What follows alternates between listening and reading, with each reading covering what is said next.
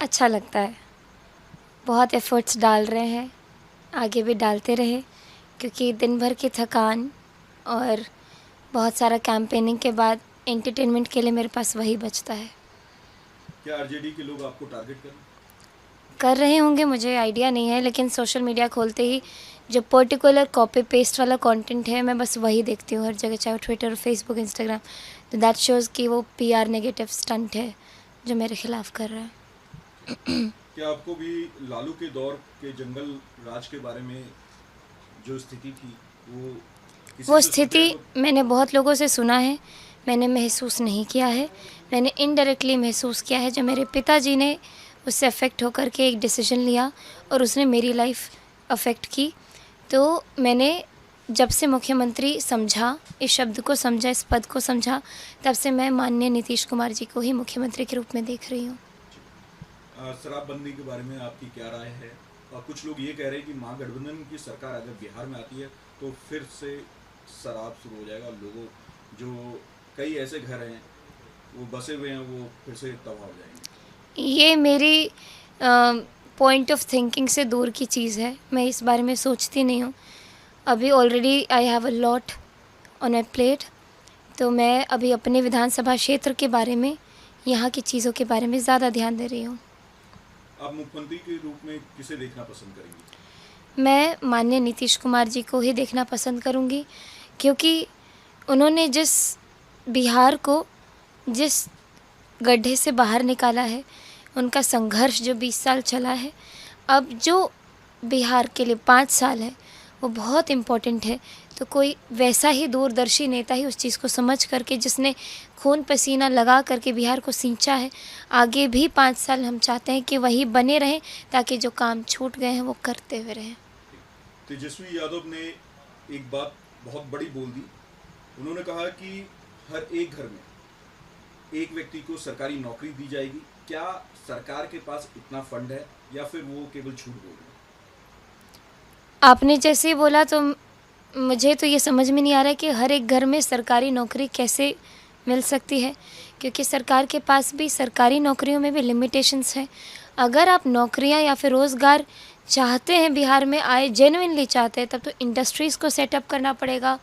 हम लोग को बाहर के जो इन्वेस्टर्स हैं उन लोगों को लाना पड़ेगा, ताकि हमारे भी क्षेत्र में बड़े बड़े इंडस्ट्री सेटअप हों, उसके द्वारा युवाओं को रोज़गार मिले, स्किल डेवलपमेंट वाली चीज़ें हों। तो ये तो बिल्कुल ही अलग चीज़ है। अगर कोई ऐसा बोल रहा है कि हम हर एक घर में सरकारी नौकरी है, तो जादू जैसा है, जो कि पॉसिबल ही नहीं है, तो प्रैक्टिकल नहीं है ये बिल्कुल भी ये चीज़। तो तेजस्वी यादव केवल जुमला, चुनावी जुमला गा रहे हैं लोगों के सामने। देखिए, मैं किसी और के बारे में क्या ही बोलूँ, बहुत सारे लोग हैं जो खुद समझते हैं कि क्या चीज़ पॉसिबल है, क्या चीज़ पॉसिबल नहीं है और क्या चीज़ फेंका जा रहा है।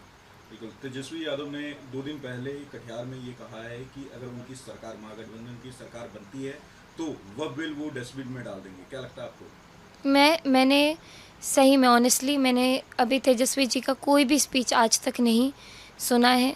जितना न्यूज़ में इधर-उधर देखती हूँ, लेकिन इस बारे में मुझे जानकारी नहीं है। ठीक है, कोई बात नहीं। एक अमेरिकन सिंगर है मैरी मिलबर्न, उन्होंने काफ़ी आपकी तारीफ की है, पीएम मोदी के नेतृत्व की तारीफ की है। उन्होंने कहा है कि पीएम ने आप पे भरोसा जताया है। उनको लेके क्या कहेंगे आप? मैं उनको धन्यवाद कहना चाहूँगी, कि क्योंकि अभी के समय में जो पिछले 10 दिन से मैं जिस चीज़ से गो थ्रू हो रही हूँ, उसमें मेरे लिए एक तारीफ़ बहुत ही ज़्यादा नीडेड था। और जब उनके मुँह से सुन रही हूँ तारीफ़, उनके थ्रू जो मुझे पॉजिटिविटी मिली है, उसके लिए मैं उनको थैंक यू बोलना चाहूँगी। बिल्कुल।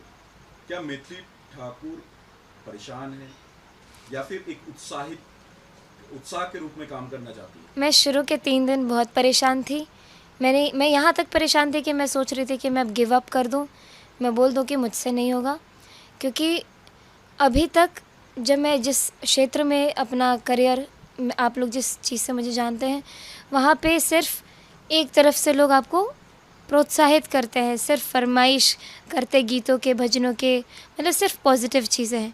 अब जैसे ही ऐसा लग रहा है कि मैं सबके आगे कॉम्पिटिशन में अचानक से आके खड़ी हो गई हूँ, और जो भी लोग मेरे पीछे सब मुझे ढकेलने की, खींचने की, तोड़ने, मरोड़ने की कोशिश कर रहे हैं, तो 3 दिन शुरू के मेरे लिए बहुत टायरिंग थे, लेकिन उसके बाद जो अब मेरे अंदर एनर्जी है, अभी तो आप मुझे दिन के आखिरी में देख रहे हैं 10:30 बजे, तो मैं सुबह के 3 बजे से जगी हूँ। तो टायर्ड हूँ, बट मेरे अंदर वो जो उत्साह है, मैं नहीं चाह रही हूँ कि मेरा ये 7 दिन अब बच रहा है कैंपेन का कि वो ख़त्म हो। मैं चाह रही हूँ और बढ़ते रहे, क्योंकि लगातार इतने लोगों से मिलती हूँ, इतनी सारे लोगों की पॉजिटिव चीज़ें सुनती हूँ, तो मुझे बहुत हिम्मत मिलती है। बिल्कुल, आखिरी सवाल, कहाँ से आती है इतनी एनर्जी? कहाँ से आ रही है? कहाँ से मुझे नहीं पता कहाँ से आ रही है, लेकिन मैं एक शक्ति पे विश्वास रखती हूँ। मुझे पता है कि मैंने अपने जीवन में कुछ भी प्लान करके काम नहीं किया। जो हो रहा है होने दो। बचपन में सोचती थी कि एक ब्यूरोक्रेट बनूँगी, आईएएस ऑफ़िसर बनूँगी। फिर उसके बाद पढ़ाई लिखाई शुरू की, उसके बाद संगीत ने मुझे इस तरीके से अपने अंदर समाहित किया कि पूरी तरीके से संगीत में चली गई। अब एकदम से राजनीति ने अपने द्वार मेरे लिए खोले हैं, तो ऐसा लग रहा है कि भगवान मेरे लिए रास्ता बना रहे हैं। मुझे कभी हिम्मत नहीं हारनी है, लड़ाई लड़ते रहना बस।